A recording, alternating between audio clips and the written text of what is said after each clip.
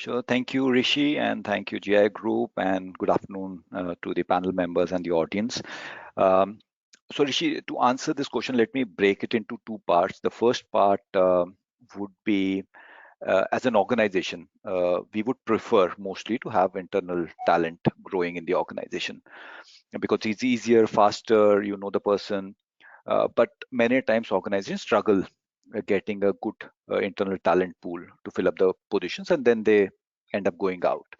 So I'll talk about how an organization can build a sustainable talent pool which can fill up their requirements. And then the second part, I'll talk about it if we have to go outside and recruit. How do we not just look at the talent fit, but also the cultural fit? What can an organization do to hire not just the right skills, but the right culture fit as well? So the first part where we talk about building a talent pool, let me talk about the Syngenta experience. In 2020, we were not doing that great on our talent mobility. Just 9% of our talent could get an internal role mobility within the organization. So employees found it easier to get a job externally than to find something internally. This obviously led to a little bit of disengagement. Our engagement scores, the topmost ask from the employees was how do we increase that mobility and talent development.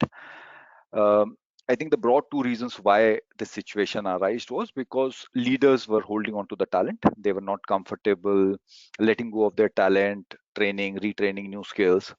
And from the employees' point of view, also, they were comfortable in their space. They did not want to take risk.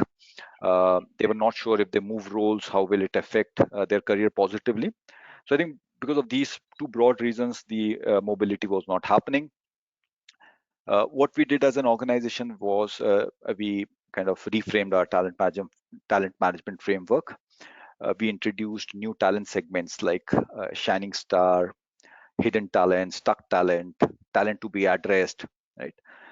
Most organizations do this kind of exercise, but what we did a little differently was we did not spend a lot of time on positioning the employees into these segments, but we said, what next? So if you have a shining star, the shining star needs to be doing one of the most high priority roles for you. They should be moving into new roles every 2 years. So if someone is plotted as a shining star, there'll be a lot of leadership man hours which will go into discussion as to what next for this talent. If there's a hidden talent, what next for that? If a talent is stuck, maybe that talent is blocking the way for another five set of people. So what do you do with this talent? So a lot of these discussions happened at the leadership level. Also, we worked with a lot of employees on propagating career self-navigation. In a lot of our communications, we said it's not about organization finding you a role. You have to self-navigate the role and your career because you are the maximum impacted party. And we worked through their IDPs in which we discussed a lot of, so there was a lot of awareness building, capability building on these two fronts. By the year 2021, the mobility numbers had moved from 9% to 24%. And this year we are tracking around 30% talent mobility. So what it helped us is now we have a large base of talent pool. Whenever we have a requirement, we can select from them. These are willing talent who wants to take up the role. And the attrition has gone down. Our attritions are around 6 to 8% below the market. We are trying to build a T-shaped talent so that they have a depth of one skill, but breadth of multiple talents. 36% of our roles are getting filled internally. Hopefully by next couple of years, we'll be kind of tracking around 45% of internal roles filling through IJPs.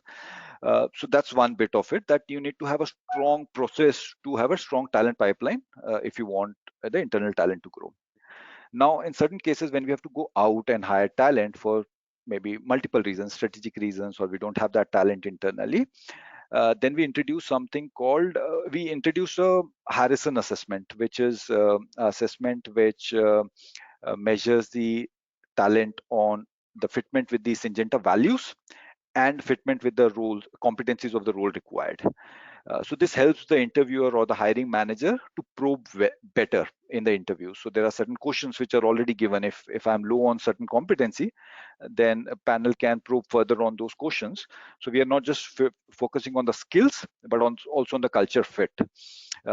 because in my experience, what I've seen is if you hire a lot of external talent, it ends up creating two groups in the organization: an internal group which is not able to grow, not engaged, disengaged, frustrated, and a lot of external people who are bringing in their cultures, and then there are clashes. And that's why I think that's why it leads to a lot of attrition. Like you quoted Deloitte numbers, it leads to a lot of redundancies.